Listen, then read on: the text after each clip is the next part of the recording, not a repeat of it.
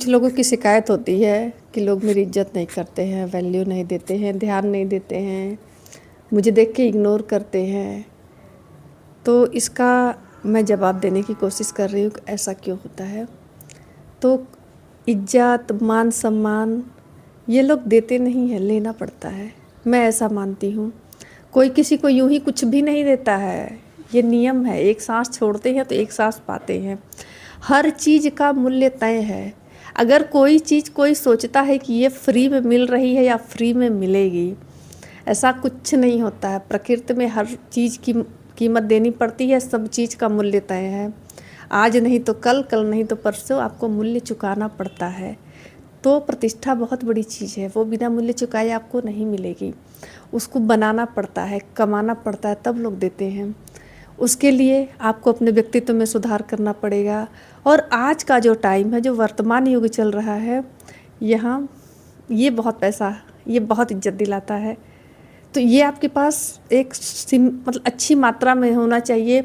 आपके शरीर पे खुद के कपड़े अच्छे रहेंगे, आपका घर खुद का चमकता रहेगा, सब कुछ अच्छा रहेगा। लोग ऑटोमेटिक ही, भले उनके लिए आप कुछ भी ना करिए, लेकिन फिर भी लोग सम्मान की निगाह से देखते हैं, इज्जत की निगाह से देखते हैं कि हाँ ये पैसे वाले हैं, हो सकता है कल मेरी मदद कर दे, कल मेरे काम आ जाए।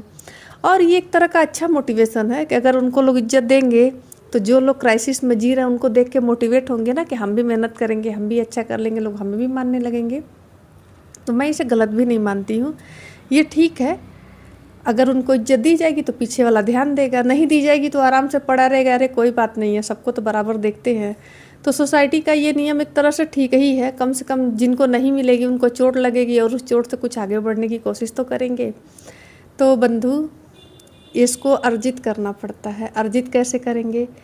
आप पढ़ के, लिख के, समाज में अपने अच्छे व्यक्तित्व का निर्माण करके।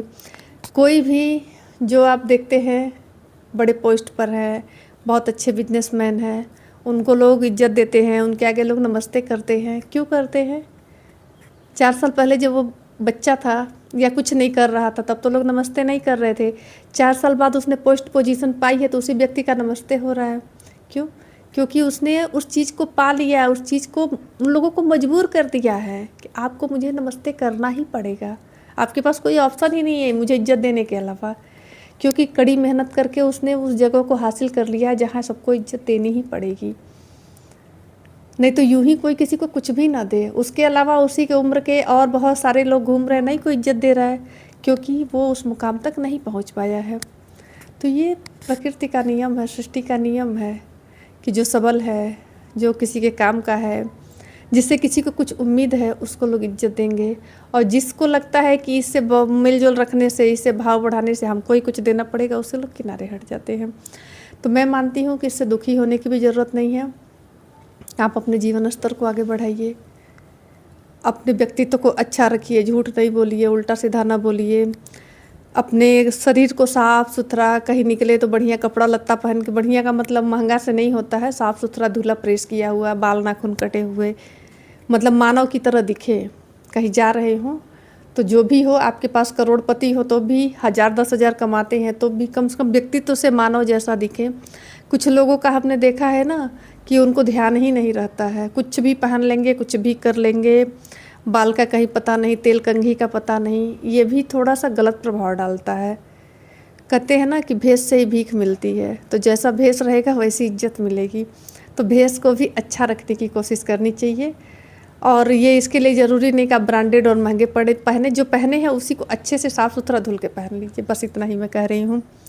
इज्जत मिलेगी, इज्जत मिलती नहीं है, इज्जत लेनी पड़ती है, लोगों से मजबूरी में करवानी पड़ती है और उसके लिए खुद को तपाना पड़ता है। कोई पत्थर भी अगर मंदिर में बैठा हुआ है, उसके आगे फूल माला चढ़ रहे हैं, तो सारे पत्थरों को क्यों नहीं चढ़ रहे हैं?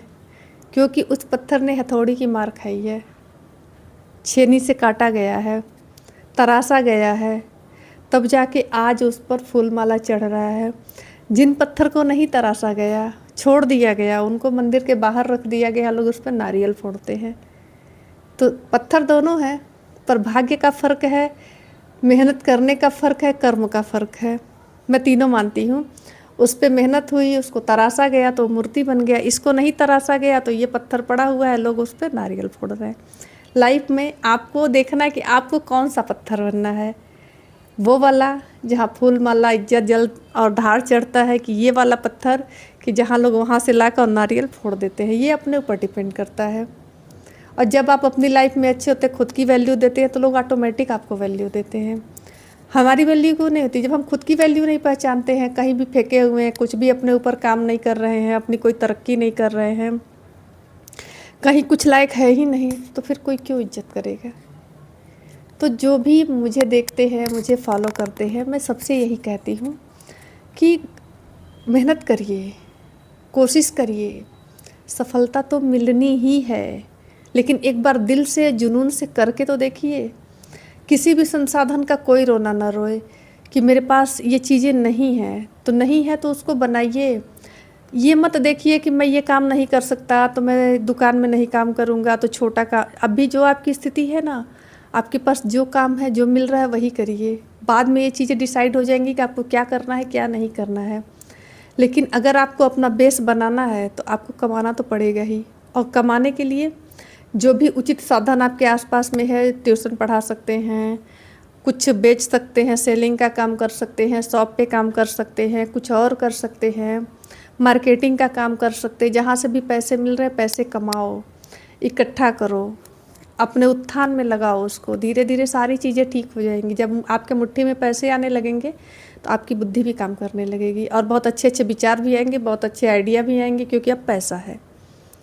तो पहले मेहनत करना सीखिए, स्किल सीखिए, खूब खूब जुनून तक मेहनत करिए, उसके बाद देखिए सब कुछ कैसे ठीक हो जाता है। वीडियो कैसा लगा बताइएगा ज़रूर। मिलते अगले वीडियो में, तब तक के लिए नमस्कार।